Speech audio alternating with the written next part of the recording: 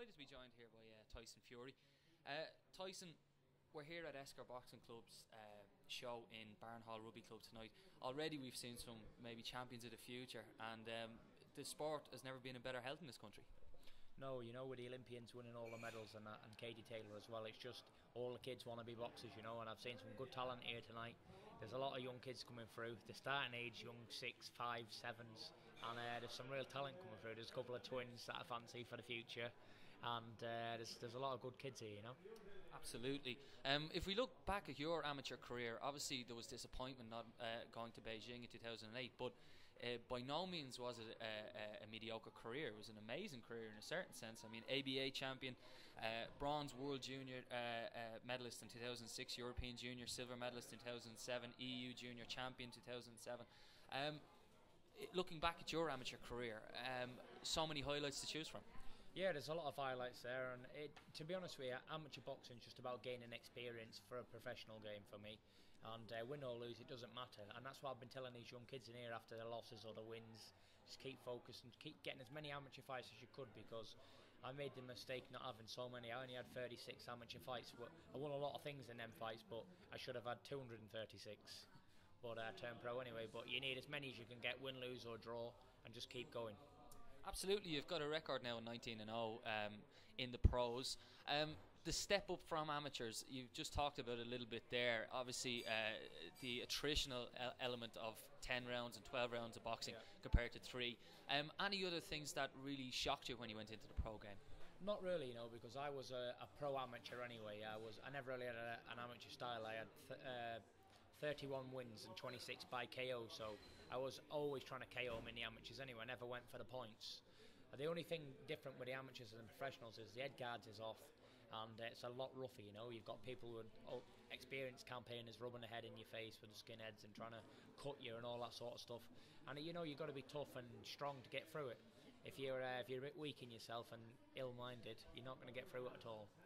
Absolutely, but again, as we said, 19-0, the career seems to be coming on strongly. In the last year, we've conquered the WBO Intercontinental title, already made history being British, English, Irish and Commonwealth champion. What does the next year hold for Tyson Fury? Is the next fight Chagayev, or are we looking elsewhere? Well, we're looking to get Ruslan Chagayev. Yeah, he's going to be a good test. He's a former world champion. He's a 3 times world amateur champion. He won the gold medal here in Belfast in 2001, so he's recognisable. And he also beat Nikolai Valuev, so it's a good test, you know. We're going to see where we are at the minute, and a good step up, you know. So if we can get him, it's going to be a good fight. But if not, we're going to get somebody else, and I'm sure it'll be a top opponent. Absolutely. Just wanted to ask you, obviously, being 24 years of age is very young, and especially in a division which is now opened up to 35, 40-year-olds that are still competing at the highest level. When you hear Evander Holyfield in the last week or so calling out the Klitschko's at 50, does it make you wonder why are these guys still around and not left to fresher faces like yourself? You know, these guys are still around for one thing, 2 things. One of them, they love the sport and they've got a boxing bug and they can't get away from it, and the other one's money. They're still big names and they can still generate money by tickets. So it's I don't think so. If he's healthy enough, and you know, and there's good sanctioning bodies to see if they're fit enough to box and if they're capable. So if they get medically fit to box, then no problem. You know, everyone's got to earn a living, and they're living legends. And I'm sure he's going to be inducted into the Hall of Fame after he retires. You know, so why not carry on, make a legacy? You know, try and win the world title older than George Foreman. Absolutely, that could be the prize at the end of the rainbow. Obviously, you're a massive man, 6'9", 6'10". What are we exactly? 6'9". 6'9". Just want to get that right. 6'9".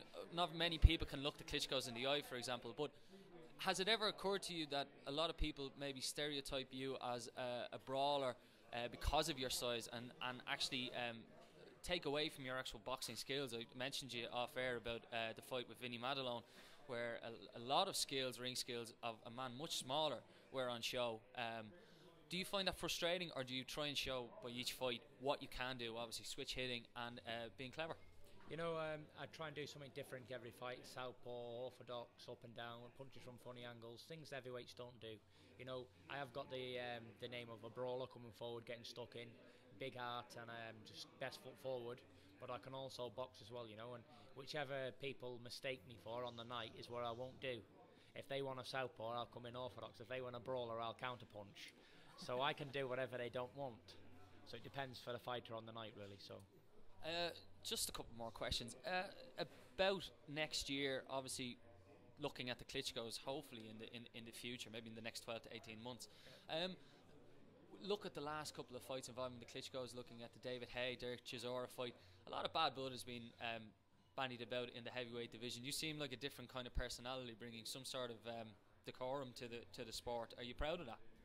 I am, yeah, definitely. You know, when people watch me box, they're getting value for money, they're getting entertainment. I'm always laughing, joking, smiling, and it's a business as well as a sport, but it is a game for me as well. You know, when I'm in there, I'm trying to entertain people and that. And I'm sick of all the straight faces and all the bad talk and all the bad blood in boxing. Boxing's something that I'm sitting here watching young kids do it, and they love to do it. They're smiling, laughing. It's not a big serious thing. It's very good for young people to get involved in, and if they start seeing all this shouting, screaming, killing each other going on, then you know it's going to turn people away from the sport. And if they look at the Klitschko's, I know they're good role models and that, but they think, oh well, do I want to be like them? No, because they're boring people. But if they say, do I want to be like Tyson Fury, then young kids would say yes. Charismatic, always talking to people, always joking around and blending in anywhere. You might find me in the local pub, you might find me down the fairground, or you might find me anywhere, you know. I could just pop up all over the world, so you never know. And that's what I think the heavyweight champion needs to be like. Not just fighting in Germany, staying there, local, where you know you're safe. I want to box all the way around the world, every countries, far out countries that people don't go to. I want to go to them far out places like Russia and Antarctica, Australia, all these places like Ali used to do back in the day, just travel the world.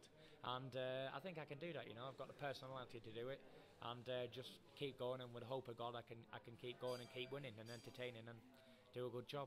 Well, I just had to, saying about the children, I had to fight through about 10 kids with gloves and headguards for you to sign to get a few minutes with you.